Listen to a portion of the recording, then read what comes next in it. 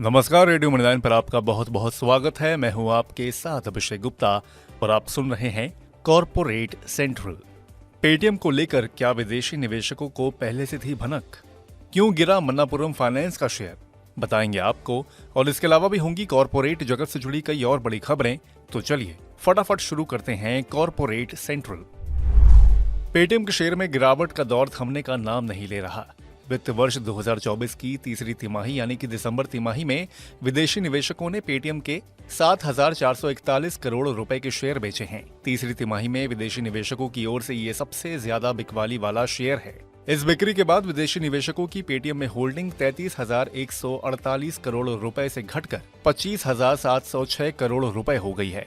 साथ ही इस कंपनी की पीएसपी यानी कि पेमेंट सर्विस प्रोवाइडर बैंक के तौर पर काम करने के लिए ICICI bank, HDFC bank, axis bank, Canara bank और एसबीआई समेत कई बैंकों से बात चल रही है। इसके बावजूद पेटीएम के शेयर में आज 10% के निचले सर्किट पर कारोबार की समाप्ति हुई और शेयर ने आज 342 रुपए 15 पैसे का रिकॉर्ड निचला स्तर छुआ।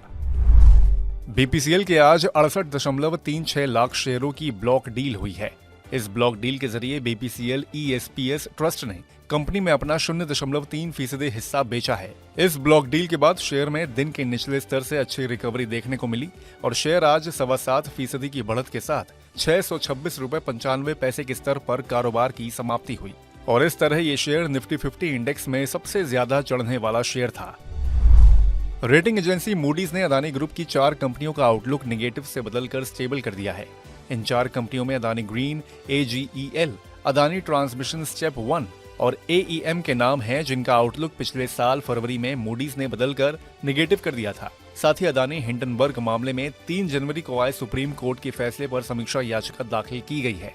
इसके अलावा जेफरीज ने अदानी इंटरप्राइजेस पर 3,800 रुपए के लक्ष्य और खरीदारी की राय के साथ कवरेज की शुरुआत की है।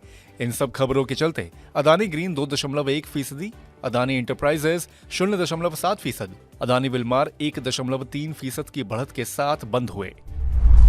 भारत बिजली का शेयर आज 5% से ज्यादा की बढ़त के साथ 6,069 रुपए के स्तर तक उछल गया था। दरअसल इस कंपनी के बोर्ड ने आज हुई बैठक में स्टॉक स्प्लिट यानी कि शेयर विभाजन को मंजूरी दे दी है।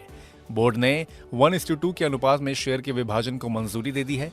हालांकि कारोबार के अंत पर भारत बिजली का शेयर आज करीब 0.5% की बढ़त के साथ 5,793 रुपए 15 पैसे के स्तर पर बंद हुआ। फोर्स मोटर्स के शेयर ने आज 4,565 रुपए की रिकॉर्ड ऊंचाई को छुआ। असल में आज से इस शेयर की एनएसई पर भी लिस्टिंग हो गई है, यानी कि नेशनल स्टॉक एक्सचेंज पर कारोबार की शुरुआत हो गई है, जो पहले केवल बीएसई पर होता था। खबर के चलते शेयर में हल्की गिरावट के साथ 4,420 रुपए 15 पैसे के स्तर पर कारोबार का अंत हुआ। दिग्गज आईटी कंपनी विप्रो यूएस की इंश्योरटेक कंपनी एग्नी ग्लोबल और उसकी हैदराबाद की सहयोगी कंपनी एग्नी ग्लोबल आईटी सर्विसेज में 60% हिस्से का अधिग्रहण करेगी। ये हिस्सेदारी $6.6 करोड़ या करीब 550 करोड़ रुपए की रकम में खरीदी जाएगी और आगे विप्रो के पास बाकी बची हिस्सेदारी खरीदने का विकल्प होगा। इस खबर के चलते आज विप्रो का शेयर करीब 1/4% चढ़कर 512 रुपए 75 पैसे के स्तर पर बंद हुआ। सरकारी कंपनी बीईएल को कुल 2,282 करोड़ रुपए के ऑर्डर मिले हैं। इन ऑर्डर से नौसेना से वॉरशिप पर इस्तेमाल होने वाली स्वदेशी ईडब्ल्यू स्वीट के लिए 2,167 करोड़ का ऑर्डर भी शामिल है। इसके अलावा कंपनी को एसडीआरस, एचडी-वीएलएफ रिसीवर्स, ईवीएम्स इत्यादि की सप्लाई के लिए भी 114.59 करोड़ रुपए के ऑर्डर मिले हैं। खबर के चलते आज बीईएल का शेयर 3% से ज्यादा की मजबूती के साथ 182 रुपए पर बंद हुआ। रेलवे क्षेत्र की कंपनी रेलटेल इंडिया को प्रसार भारती से 139.73 करोड़ रुपए का ऑर्डर मिला है। ये ऑर्डर ओटीटी प्लेटफॉर्म के लिए है, जिसमें डिजाइन, डेवलपमेंट, इम्प्लीमेंटेशन, ऑपरेशंस और मेंटेनेंस शामिल हैं। खबर के चलते आज रेलटेल इंडिया का शेयर 3% से ज्यादा चढ़कर 378 रुपए के स्तर पर बंद हुआ। वीपीआरपीएल को मुंबई रेलवेज विकास कॉर्पोरेशन लिमिटेड यानी कि एमआरवीसीएल से 74 करोड़ रुपए का ऑर्डर मिला है। यह order Chikhloli suburban railway station के लिए है। नया ऑर्डर मिलने की खबर से आज वीपीआरपीएल के शेयर में 2.5% की मजबूती के साथ 179 रुपए 80 पैसे के स्तर पर क्लोजिंग हुई। अब बात आईपीओ मार्केट की।